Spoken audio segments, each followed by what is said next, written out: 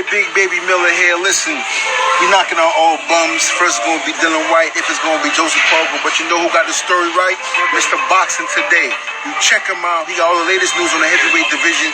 And if you don't know me, you soon will, because I'm kicking everybody. Heavyweight boxing fans, what's the deal?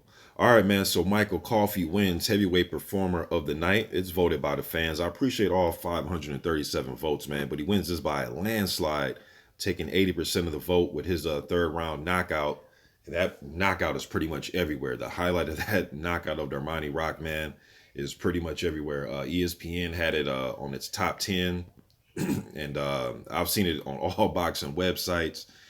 Nasty left uppercut right here landed that hurt Rock, that put him down, and then Rock tried to he got back up, man. Then, you know, Coffie went in there very calm, landed a nice hook off Rock's like temple area, then he went down again, and that was all she wrote.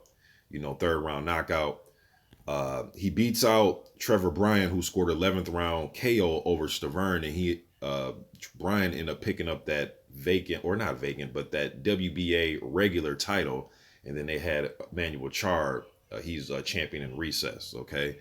So a lot of confusion with the WBA, man, but back to Coffie. He did what he had to do. Third round knockout. As you see here, he's the fifth winner of this Performer of the Night award that I've been giving out. The last winner was Michael Hunter, who beat Sean Lockery in last December 2020. But as far as Coffie, man, where do I want to see him next? Well, he's 34 years old. They're fast tracking him. He turned pro at 31. He's a guy that literally has really no amateur background to speak of, although he did fight in like one amateur tournament where he won his first amateur fight by knockout. Then he had beaten Nkosi Solomon, who was the #1 rated super heavyweight in the country at the time that he beat him in the amateur. This is somebody that had like literally 2 weeks to train before his first tournament, man. And he ended up being the #1 super heavyweight in the country and amateur at that time. And Nkosi Solomon's with Matchroom. He's 2-1 right now as a pro.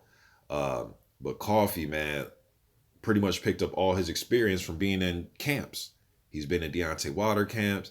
He's been in 5 Adam Konaki camps, Jarrell Miller camp, Thomas Adamat camp, a Marco Huck camp. So he's learning everything on the fly, literally within the last just couple years, literally. You know what I mean? So that in itself right there, man, lets me know this guy's a natural athlete, okay? So to get in there with somebody like Rock, who, you know, wasn't top 10, but Rock was 17-0, had a good amateur background, won a international amateur tournament, won the world championships, you know what I mean? And even fought in the Youth Olympics. I think he took silver in that. All right, so Darmani Rock was Olympic hopeful in 2016, ended up losing in the qualifiers. But he was 17-0, man. He didn't know how to lose. You know, he was coming to win. He wanted to get himself up the ranks too. And I like those type of fights between up and comers, man, because we don't have to marinate every damn fight until guys get to 25-0. I like when guys are fighting each other on the way up sometimes. You know what I mean? Doesn't necessarily mean that your career is over because you lost the fight. But this was a devastating knockout for Coffie. Now, where does he go next? I would love to see Coffie fight anybody. I mean, you can go any type of route, right? Even if you want to just keep it on the American side of things, or just the fights that are here in the U.S., if you were to put him against Stephen Shaw, good fight. Cassius Chaney, that'd be a good fight. Any of those type of fights, I wouldn't mind those. You know, like I said, a Shaw, Chaney, Jermaine Franklin, that'd be another good one. All undefeated guys themselves, right? Or if you want to take him the route of guys that's kind of been there, like a Gerald Washington, who's had a title fight. If you want to put him in with like a Bryant Jennings, I think that'd be a good matchup.